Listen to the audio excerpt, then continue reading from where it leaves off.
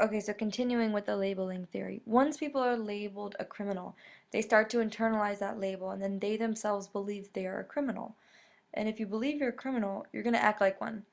And this is especially true if the label is confirmed throughout several different agents of socialization. So, for example, if a child is labeled bad by a parent, and then by the school, and then by their after school care program, and then by their friends, the label bad is more likely to become part of that individual's self perception. The labeling theory differentiates between primary and secondary acts of deviance. So if you've never committed a crime, that first act of rule breaking is considered primary deviance. And it's at this moment when the deviant label is given.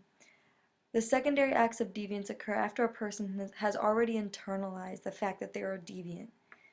Now, whether or not you fully agree with this theory, it's important to acknowledge this concept and to consider the difference between primary and secondary deviance.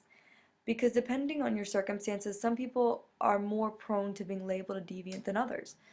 For example, if you grow up in an inner city, crime-ridden ghetto, you are already exposed to drugs and violence from a young age, and you have a greater likelihood of getting caught up, quote unquote. You're also more likely to be surrounded by police because police prevalence is higher amongst concentrated urban inner cities versus suburban or rural areas. And on top of this, your race, whether you're black or Hispanic, also increases your odds of being arrested. So this idea of that primary deviance, that primary act of rule breaking, and the profound effect that it can have on the rest of your self-identity and the rest of your behavior as you go forward, especially if you're put into a total institution like jail or prison, where you're really made to be a criminal. You're really treated like a criminal.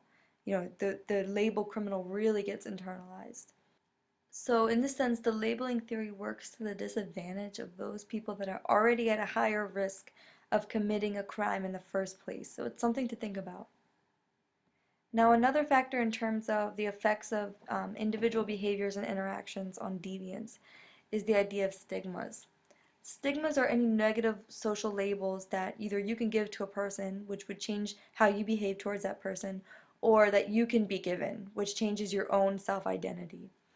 Um, these social labels can be physical, based on physical traits, based on moral traits, or based on tribal behaviors. So, for example, a physical impairment might stigmatize you or devalue you from the workplace. A moral stigma could be a character flaw. For example, if you talk too much. This could devalue your input in a group setting. A tribal stigma, when we talk about tribal stigma, it means if you're stigmatized based on membership to some sort of discredited group. It could be a group that a person chooses to belong to, like a club or an organization, or it could be a group that you're born into, like your race, or like your socioeconomic status, your class. So just like deviance, stigma can depend on your culture and your context. Another symbolic interaction is theory of deviance. So we're looking at individual behaviors and interactions. Is the broken window theory, and I don't know if any of you have heard of this theory before, but this theory basically says that people are more likely to vandalize a car or vandalize a building in a rundown neighborhood that's already run down versus a nicer looking neighborhood like a gated community.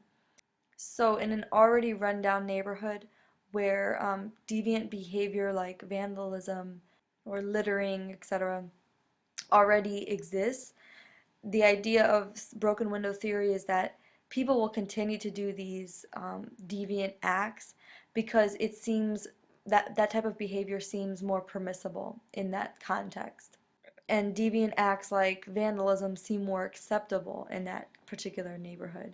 So it's not necessarily that there are more criminals in that area, but it's that people will act in a certain way that they believe is acceptable or that they are following a norm in a particular area.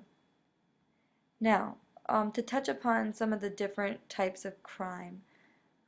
Sociologists differentiate between street crimes, white-collar crimes, and corporate crimes. Street crimes being crimes that are committed out in the public that are related to gang violence or violent crimes such as stabbings, shootings, rape, etc., or crimes associated with poverty like burglary, um, robberies.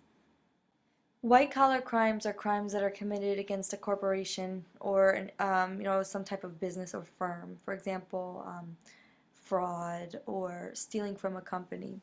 Corporate crimes are basically the same thing, but are done by executives, top tier officials in the company. So massive corporate fraud or tax evasion are examples.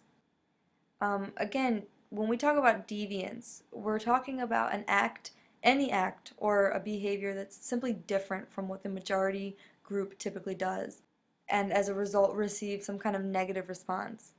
So, for example, in the United States, eating your dog would be considered deviant because most people do not do that. But in China, people eat dogs. People don't look at dogs as pets, they look at them as your dinner, your potential dinner.